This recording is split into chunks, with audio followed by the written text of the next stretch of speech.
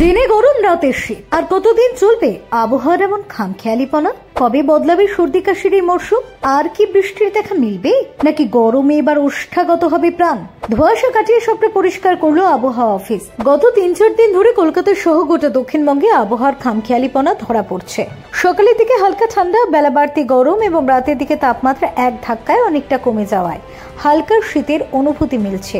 আর এমন খামখেয়ালি আবহাওয়ার পরিবর্তনে ঘরে ঘরে সর্দি কাশি জ্বর দেখা দিচ্ছে।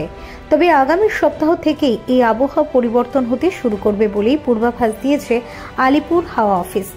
যদিও কলকাতা বা দক্ষিণবঙ্গে আগামী কয়েকদিন বৃষ্টির কোনো পূর্বাভাস নেই, কিন্তু তাপমাত্রা বেশ কিছুটা হলেও বাড়তে পারে।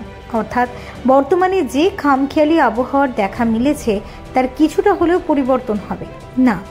নতুন করে তাপমাত্রা কমবে না, বরং আগামী কয়েকদিনে তাপমাত্রার পারদ কিছুটা হলেও বাড়বে। তাছাড়া গত কয়েকদিন ধরেই কলকাতা সহ দক্ষিণবঙ্গের তাপমাত্রা স্বাভাবিকের চেয়ে বেশ কিছুটা নিচে রয়েছে, যার ফলে শীতের হালকা আমেজ রয়েছে রাতের দিকে। এমনকি স্বাভাবিকের থেকে ৩ ডিগ্রি তাপমাত্রা কমে গিয়েছিল এ সময়। তবে শুধু কলকাতা নয়, দক্ষিণের একাধিক জেলাতে স্বাভাবিকের নিচেই ছিল তাপমাত্রার পারদ। আর এমন আবহাওয়া আগামী 2 দিন বজায় থাকবে বলেই জানিয়েছে হাওয়া অফিস।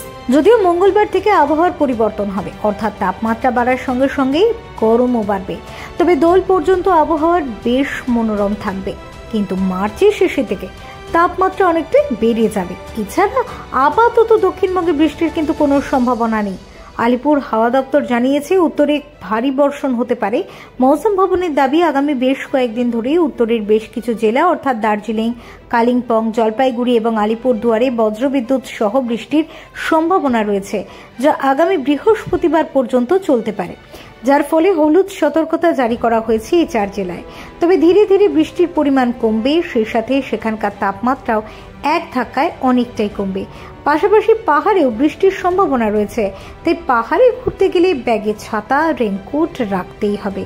আর সেই সঙ্গে প্রয়োজন অনেক বেশি সতর্কতার। Bureau report, doctor time.